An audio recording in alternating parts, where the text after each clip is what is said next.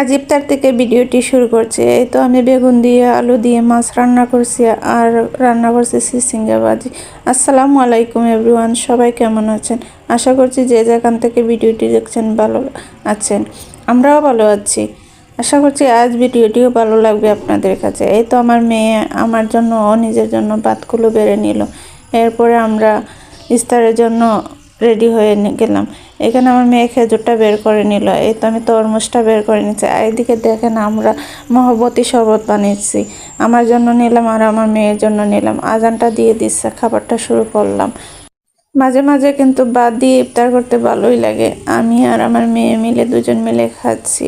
কি করব, একা একা ইফতার করতে ভালো লাগে না, দুজনই মানুষ, এই দুজনই আমরা মিলে ইফতার করি। আমার শাশুড়িকে বললাম আমাদের কাছে কয়েকদিন থাকে যাওয়ার জন্য, উনি থাকবে না। পরে আমি নামাজটা পড়ে এই তো আমি চা করতে আসলাম। কার কার এরকম নামাজ পড়ে ইফতার করে চা খেতে ভালো লাগে কমেন্ট করে অবশ্যই জানাবেন। আমার তো এক কাপ চা না হলে হয় না। রাতে আর ভিডিও করিনি। এই তো সকাল উঠে আমি ডাটাগুলো নিয়ে বসে পড়লাম, ডাটাগুলো বেছে নিব। কাল তো দেখলেন আপনার ডাটা নিয়ে আসলাম, আর এই ডাটাগুলো এত সুন্দর, একদম নরম, হাত দিয়ে বেছে নিচ্ছি। ডাটাগুলো বেশ ভালো হয়েছে। আর আমার মেয়ে বলছে এগুলো শুটকি দিয়ে রান্না করার জন্য। ওর জানি না রমজান মাস আসার পর থেকে ওর শুটকি খাওয়ার খুব ইচ্ছে জাগছে।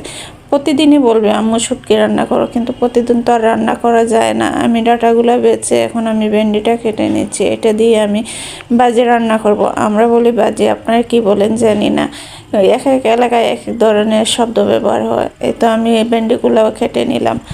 এরপর আমি টেবিলটা পরিষ্কার করে ভিডিওটি এখানে